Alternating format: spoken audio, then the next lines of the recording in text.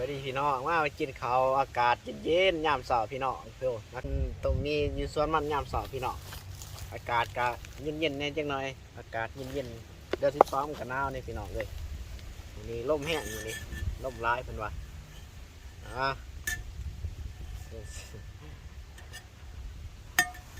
ขี่ไปทั่ว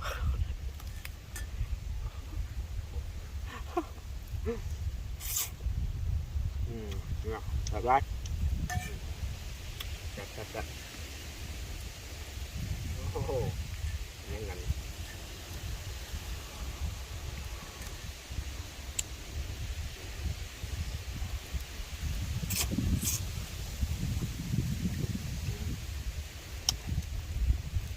จับไปโอ้คักพี่น้องเอ้ยน้ำยำนาวนี่สิแหละเห็นไหมดูกับ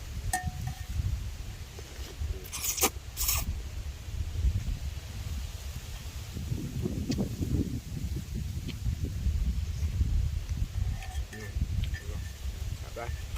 โอ้กัดหยาบอยู่ไปเป็นยังไงมันเนาะ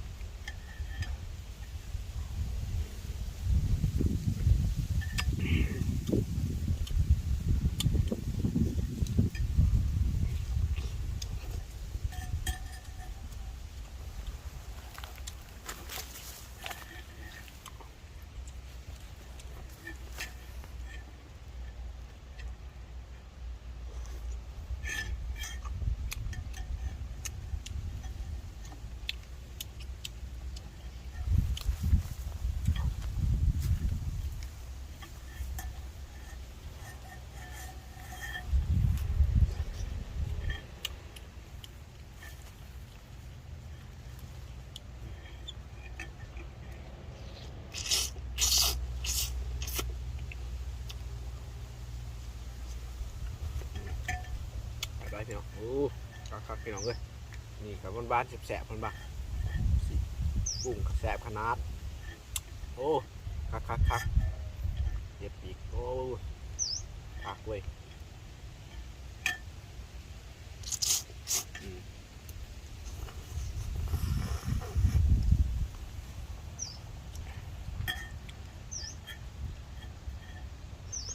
อืมเอาไปโอ้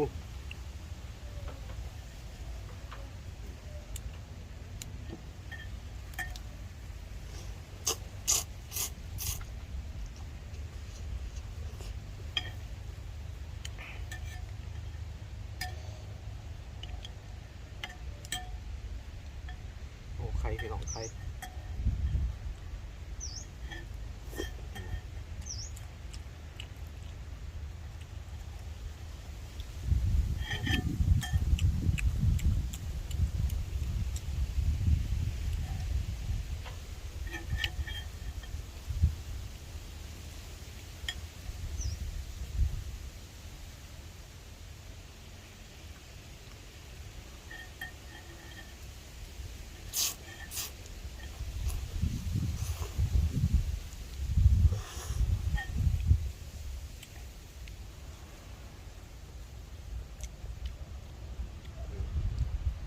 แสบพี่น้องแสบ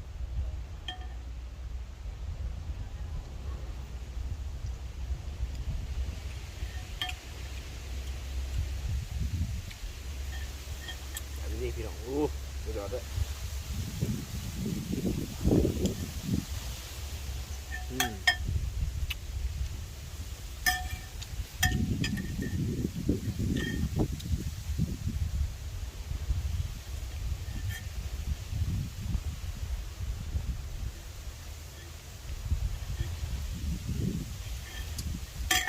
โอเคก่อนพี่น้องโอเคเบิดจอกนึงพี่น้องนี่จอกกาแฟ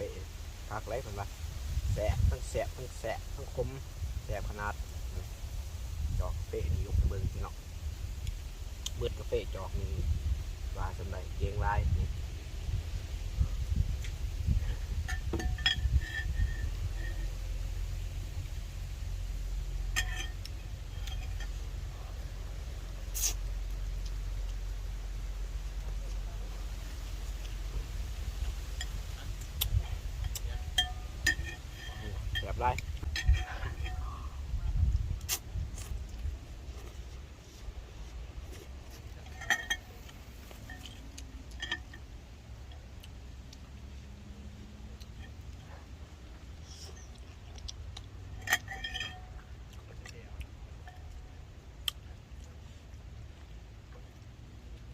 แซ่บอู้สุดยอดเลย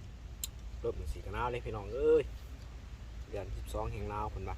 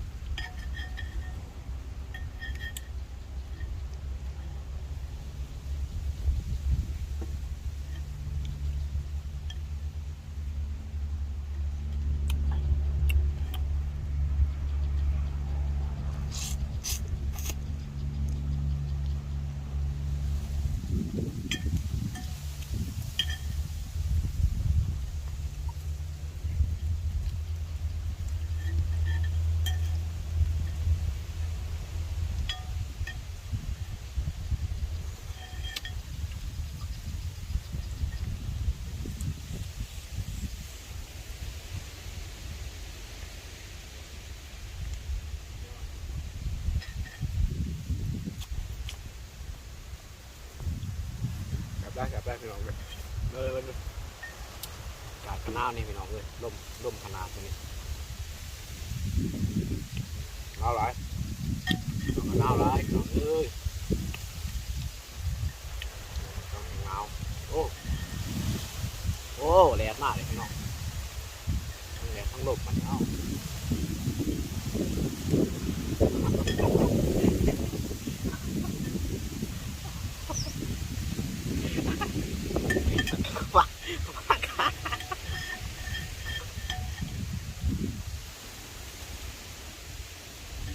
เป็นมันได้พี่น้อง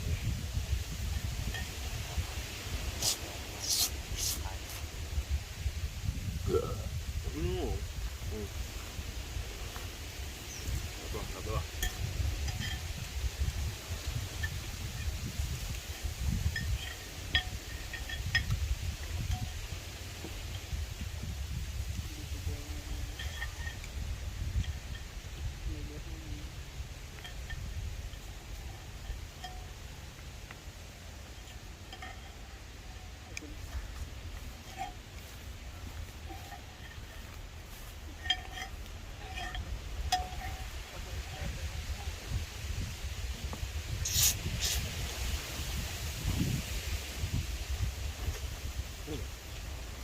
แซ่บไรพี่น้องเลยหักไรโอ้แซ่บขนาดเว้ยกินแล้วกินข้าวส้นอยู่ส่วนมันพี่น้องโอ้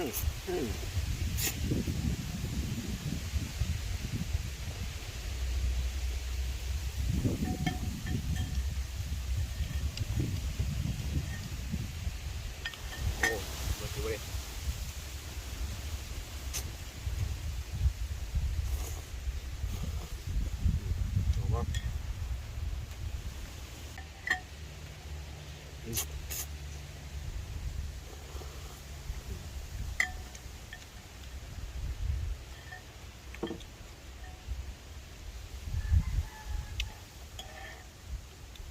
ผิวทูก็บอกเป็นอะไรพี่น้อง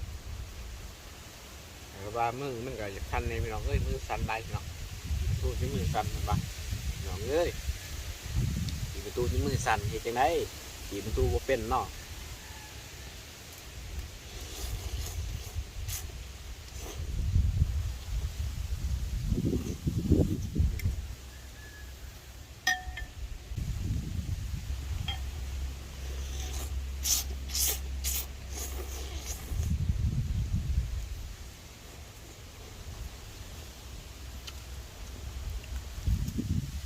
หนาวขนาดพี่น้องเอ้ยร่มแทนร่มมาพี่น้องวันนี้ร่มทั้งห่มเดี๋ยวจะแลดมากโอ้มันแลดตอนนี้นะมันห่มดีอยู่นี่พี่น้องกระนาวนี่พี่น้องเอ้ยจะได้มาจะได้นอกคือว่าแหละลองได้หักษาสุขภาพกัน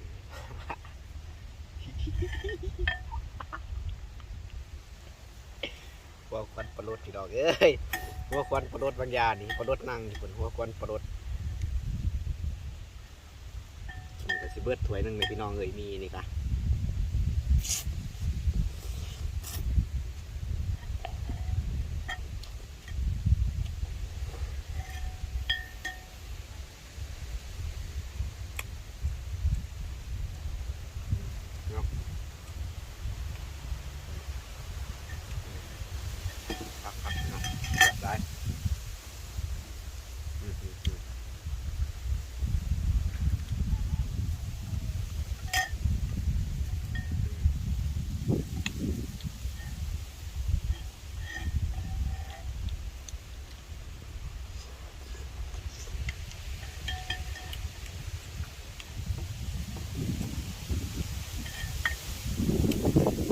หนาวไรพี่น้องหนาวไรหนาวไรหนาวขนาดพี่น้องเอ้ย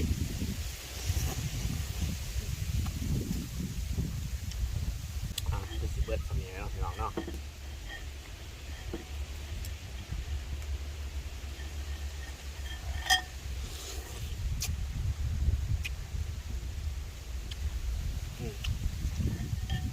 หนาวไรพี่น้องเอ้ยกับย่ำนอนอยู่แล้วหนาวไรกับตุ่มโฮมแล้วเลยหนาวนี่ไม่แต่จะกอดผู้สาวเลยพี่น้องเลย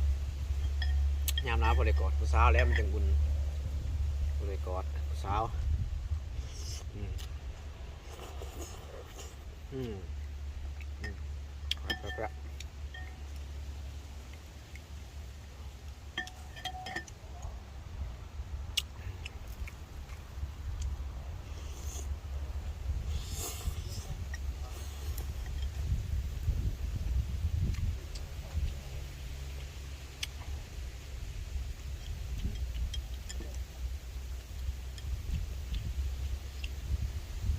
โอ้คุณสิเบิดพี่น้อง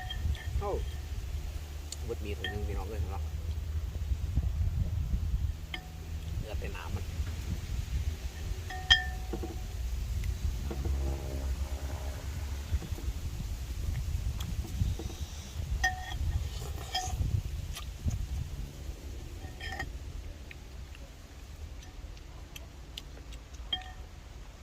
เพชรสีแสบขนาดเพชรยังดิ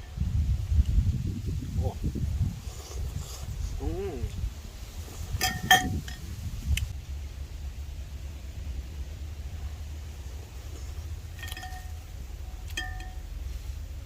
โอ้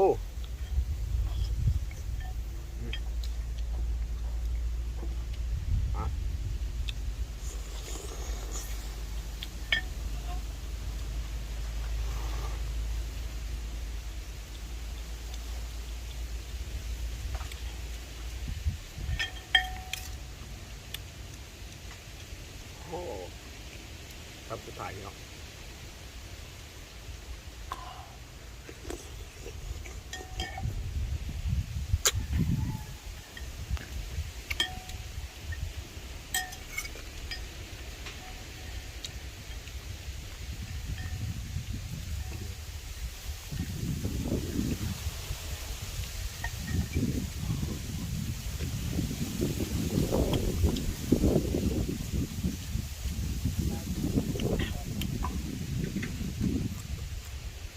อ่า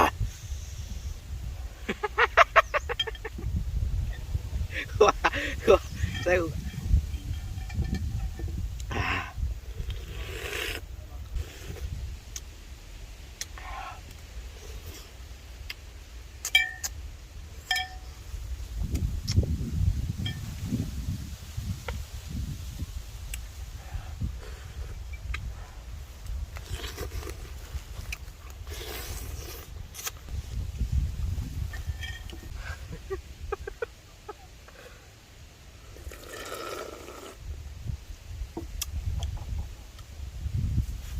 ย่อใส่ตัวพี่น้องเอ้ยเห็นปะ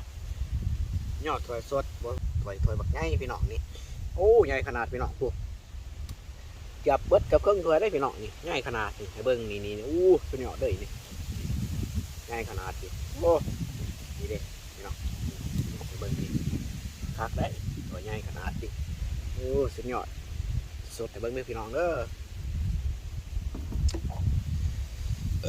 เฮ้ยพี่น้องสำหรับกินนี่ก็เวิร์ดเพียงเท่านี้อย่าลืมกดไลค์กดแชร์และก็กดกระดิ่งเพื่อว่าผ่านคลิปต่อไปพี่น้องขอขอบใจแล้วก็อย่าลืมเป็ดคนรอพี่น้องอย่าลืมกดเด้อพี่น้องเด้ออย่าลืมเป็ดคนรอเวิร์ดเพียงเท่านี้อีกสี่